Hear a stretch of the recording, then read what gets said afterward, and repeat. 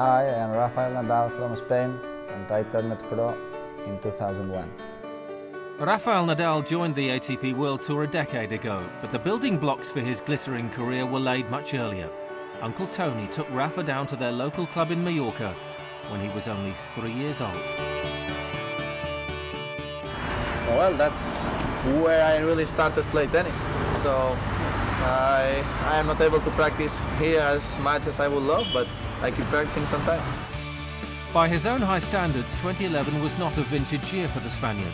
But the fact there were still 3 titles, including Roland Garros, emphasizes how incredibly high those standards now are.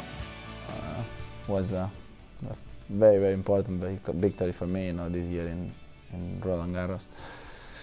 Sure, in Wimbledon, I think I played my best tennis, not in the final, but before the final, yes. So happy about my tournament in Wimbledon, happy about my tournament in the US Open, and for the rest, I think I was really solid during almost all the season.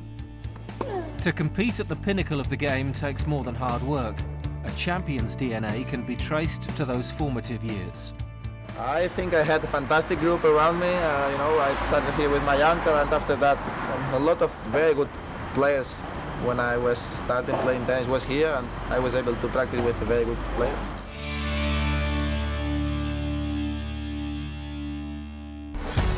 Competing against better players from such a young age gave Rafa his biggest weapon, that never-say-die determination to be the best.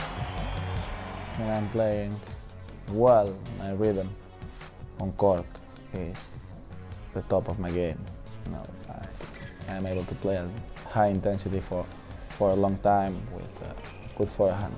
And that's when I'm playing well, that's what I'm doing better. He's now a hero at home and one of the world's most recognized sportsmen. So how does the 25-year-old who started at the Club Tennis Menorca in Mallorca handle the global scrutiny?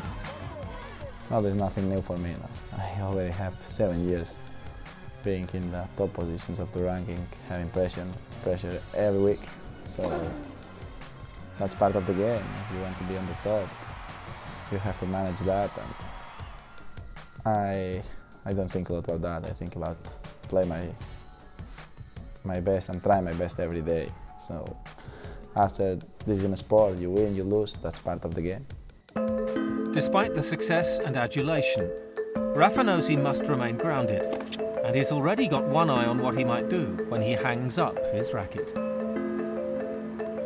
I'd like to spend my time off with family, with friends, being in Mallorca, and sure, I try to keep helping people with my foundation.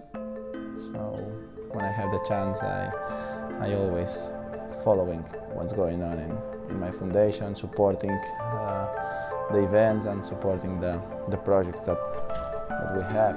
So my mom is doing a fantastic work there, and hopefully the foundation will be the beginning of my future. But before Rafa contemplates his long-term future, he has much to consider in the present, namely his assault on the 2012 season. The goals are always the same, be a better player than 2011. I'm working hard, and that's what I'm gonna do for the rest of the season, to try to be very fit for the beginning of next season. There is no hungrier player. That is the message to his rivals. Rafa Nadal is determined 2012 will be another vintage year.